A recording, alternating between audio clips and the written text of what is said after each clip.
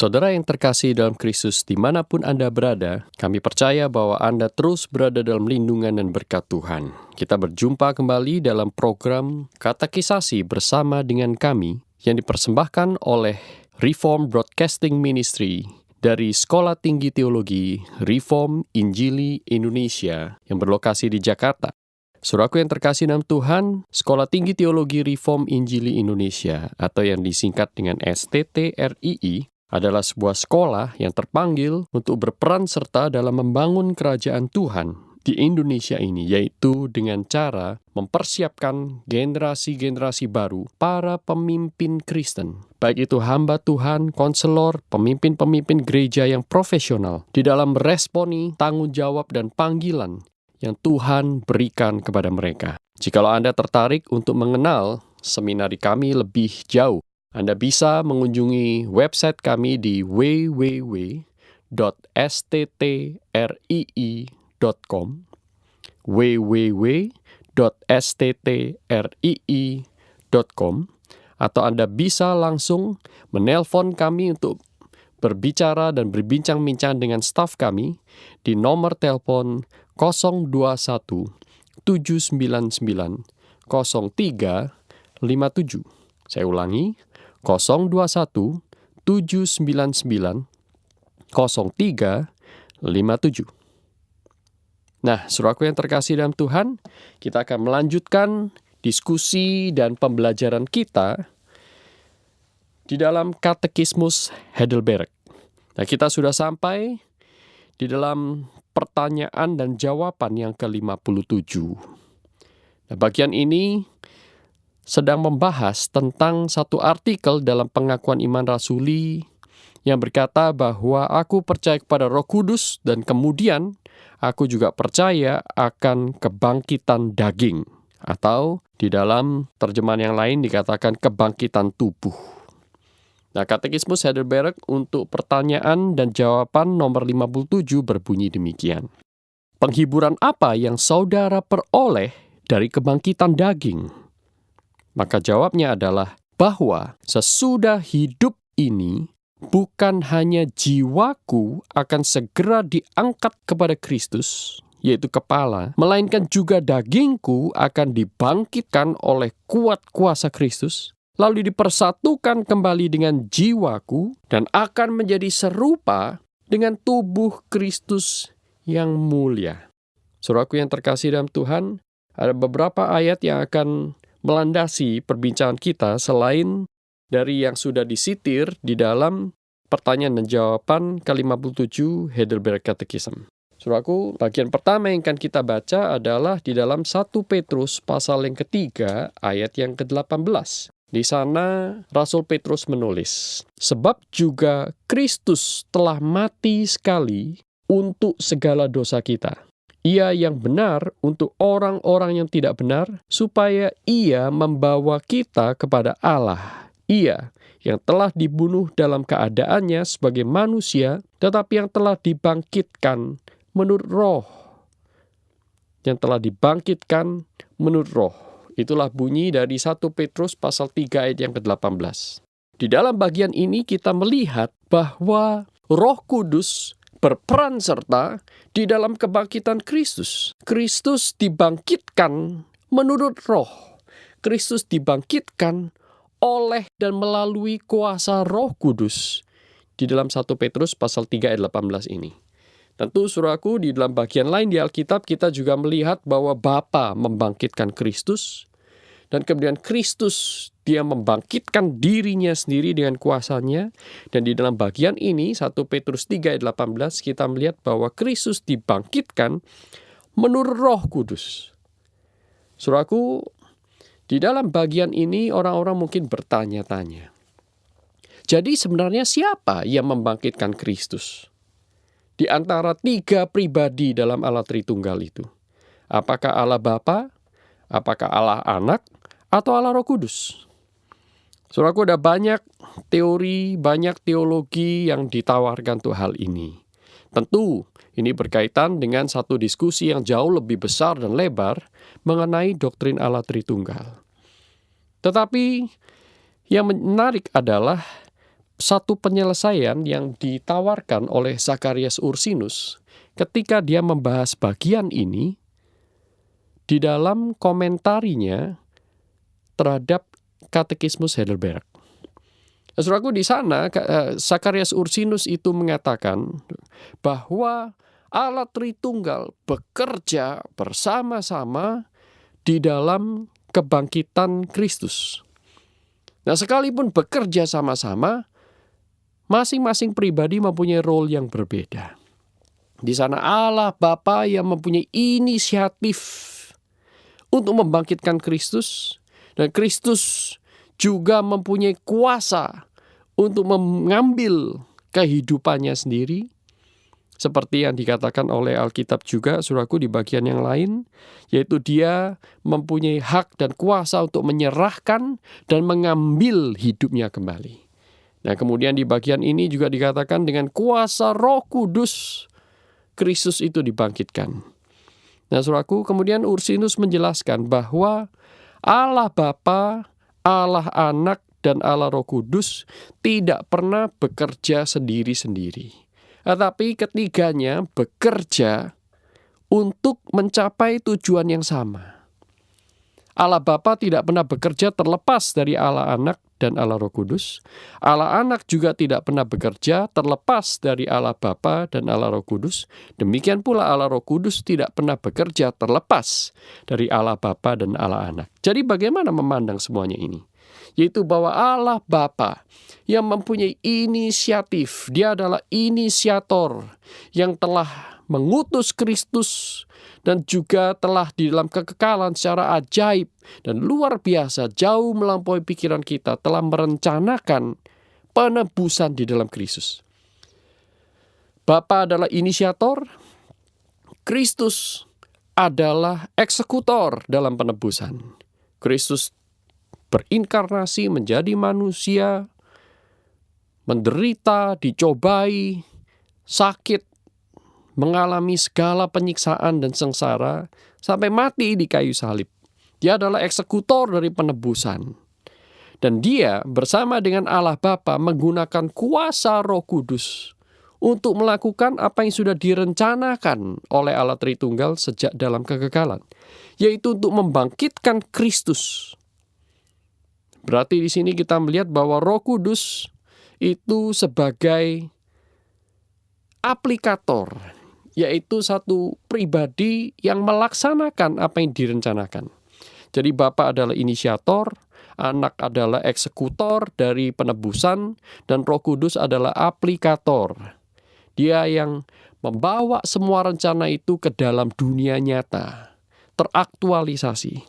Sehingga, saudaraku, kita bisa melihat bahwa mengapa para bapak-bapak gereja di masa-masa penyusunan pengakuan iman rasuli ini meletakkan iman Kristen terhadap kebangkitan tubuh dan kebangkitan daging bukan di bawah penyataan iman tentang Allah Bapa, bukan pula di bawah penyataan iman tentang Allah Anak, tetapi meletakkannya di bawah penyataan iman tentang Roh Kudus. Nah, di sini kita melihat bahwa memang, saudaraku, kalau kita melihat secara mikroskopik kebangkitan tubuh sebagaimana yang dialami oleh Kristus sebagai yang sulung dari segala yang dibangkitkan, itu adalah karya Roh Kudus di dalam inisiator Allah Bapa dan juga untuk menggenapi penebusan yang dilakukan oleh Kristus.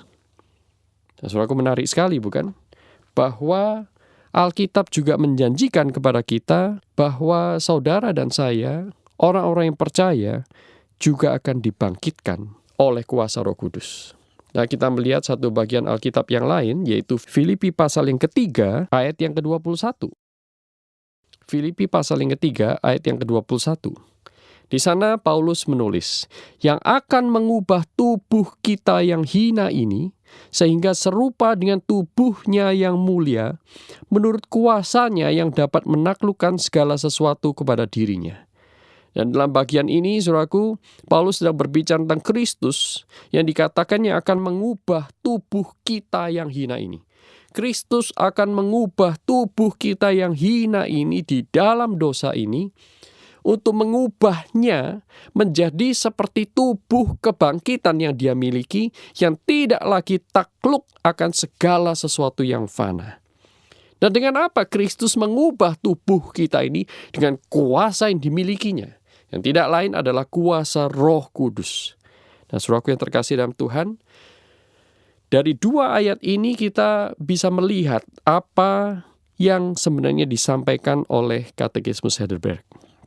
Katekismus Heidelberg mengatakan bahwa sesudah hidup ini bukan hanya jiwa kita akan segera diangkat kepada Kristus, tetapi juga daging kita, tubuh kita akan dibangkitkan oleh kuat kuasa Kristus, yaitu kuat kuasa Roh Kudus, lalu dipersatukan kembali dengan jiwaku dan akan menjadi serupa dengan tubuh Kristus yang mulia. Di sini kita bisa melihat dengan lebih jelas, saudaraku, bahwa yang pertama, ketika kita berkata, aku percaya kepada Roh Kudus, aku percaya akan kebangkitan tubuh. Ini sebenarnya adalah sebuah deklarasi yang ingin mengatakan bahwa kematian daging itu bukan akhir dari segala-galanya. Karena suatu saat Roh Kudus dengan kuasa Kristus dan dengan inisiatif dari Allah Bapa akan membangkitkan daging kita itu dengan segala kuasanya yang tidak mungkin bisa kita pikirkan. Tetapi itu akan dia lakukan untuk saudara dan saya. Dan itu sudah tertulis di kitab suci untuk memberikan kepada kita satu pengharapan. Pengharapan yang menembus segala kegelapan. Pengharapan yang mengangkat kita ketika kita di dalam daging yang lemah ini terjerumus dalam kekhawatiran yang seolah-olah tidak berdasar. Saudaraku yang terkasih dalam Tuhan, apa yang saudara pikirkan ketika seseorang berkata kepada saudara bahwa semua penderitaanmu itu adalah akhir dari hidupmu? Ya sudah, sampai di sana, gelap, titik, suram, titik. Engkau terus-menerus akan berada dalam lembah bayang-bayang maut. Wah, tentu kita akan merasa depresi. Kita frustrasi, saudaraku, kita ingin tubuh kita semakin lama semakin sehat, tetapi kenyataannya tidak demikian. Tubuh kita yang sangat terbatas ini akan menjadi semakin hari semakin lemah, semakin rapuh, semakin rentan untuk bertumbuhnya sakit penyakit. Organ-organ tubuh kita tidak akan menjadi semakin sempurna. Suatu hari ketika saya pergi ke sebuah toko buku dan saya membaca di sana buku tentang kesehatan, tentang menjaga vitalitas dan stamina, maka di sana dituliskan bahwa sejak seseorang itu berusia 40 tahun, maka orang tersebut tidak akan bisa menjadi lebih kuat lagi. Saudaraku, paling ujung-ujungnya adalah mempertahankan. Tetapi itu pun tidak akan selama-lamanya. Saudaraku, tubuh kita, badan kita ini akan semakin hari semakin rapuh. Kita tidak akan menjadi semakin kuat, tetapi sebaliknya. Kita tidak bisa melakukan apa yang biasanya kita bisa lakukan dengan mudah. Misalnya berlari, kita tidak bisa berlari jauh lagi. Berjalan, kita tidak bisa lagi berjalan cukup lama. Mengangkat barang, sekarang kita harus berhati-hati. Harus mengukur kekuatan kita. Dan kekuatan itu sesungguhnya semakin lama semakin lemah. Tetapi saudaraku, kita tidak boleh berhenti sampai di sana. Karena Tuhan memberikan kepada kita satu pewahyuan, satu hal yang akan terjadi di masa depan supaya saudara dan saya tidak lagi hidup seperti orang dunia ini hidup. Di dalam segala keterbatasan pengetahuan mereka. Nah, Tuhan berkata bahwa kita itu akan dibangkitkan. Nah, jadi kematian itu hanya pintu masuk menuju kehidupan yang baru. Ada kebangkitan daging. Tubuh kita yang fana sekarang ini akan mati, akan semakin lama semakin rusak. Dan pada akhirnya waktu mati akan kembali kepada debu, tetapi dengan kuat kuasa Tuhan yang luar biasa, Dia akan membangkitkan kita, tubuh yang baru, dan akan mempersatukan jiwa kita yang tadinya terpisah oleh kematian itu ke dalam tubuh yang baru ini. Kita akan hidup bersama-sama dengan Allah. Saudaraku, di sini kita juga bisa melihat bahwa Allah tidak hanya care terhadap jiwa kita, tetapi Allah juga care terhadap tubuh kita. Nah, pada saat yang sama, kita juga harus sadar, saudaraku, bahwa tubuh yang Tuhan berikan kepada saudara dan saya adalah tubuh yang harus kita pertanggungjawabkan. Firman Tuhan berkali-kali mengatakan tubuhmu adalah bait Roh Kudus, bait Roh Suci. Pakailah selama engkau bisa memakainya dengan sebaik mungkin. Kesempatan itu tidak banyak. Nah, mari kita pelihara tubuh kita untuk hidup yang kekal. Kumpulkanlah harta-harta di tempat di mana ngengat dan karat tidak bisa merusaknya, di tempat di mana pencuri dan perampok tidak bisa mengambilnya, yaitu harta kekal di surga. Ketika saudara dan saya hidup sesuai dengan kehendak Tuhan, bertanggung jawab di dalam kekudusan. Nah, di sanalah kita sedang menanam harta yang kekal. Sehingga suatu saat ketika Tuhan membangkitkan kita, kita siap menghadap Sang Hakim yang agung itu. Dan Sang Hakim itu akan berkata, marilah bersamaku, nikmatilah perjamuan dan kehidupan yang kusediakan bagimu, hamba-hambaku yang baik dan setia. Saudaraku, ketika kita berkata, aku percaya kepada kebangkitan daging, kita ingin berkata bahwa hidup di dunia ini hanya sementara. Aku mengarahkan hidupku untuk satu tujuan yang kekal. Dan Allah sangat menghargai kehidupan di dalam daging yang fana ini. Kiranya Tuhan memberkati kita semua sampai suatu saat nanti Dia akan membangkitkan kita semua dengan kuasa Roh Kudus-Nya, mengubah hidup kita, menyempurnakan kita untuk menjadi serupa dengan Kristus. Kiranya Tuhan senantiasa melindungi, menopang hidup pelayanan kita semua. Amin. Bersama dengan RBM, Reform Broadcasting Ministry, kita akan berjumpa kembali di dalam bagian selanjutnya.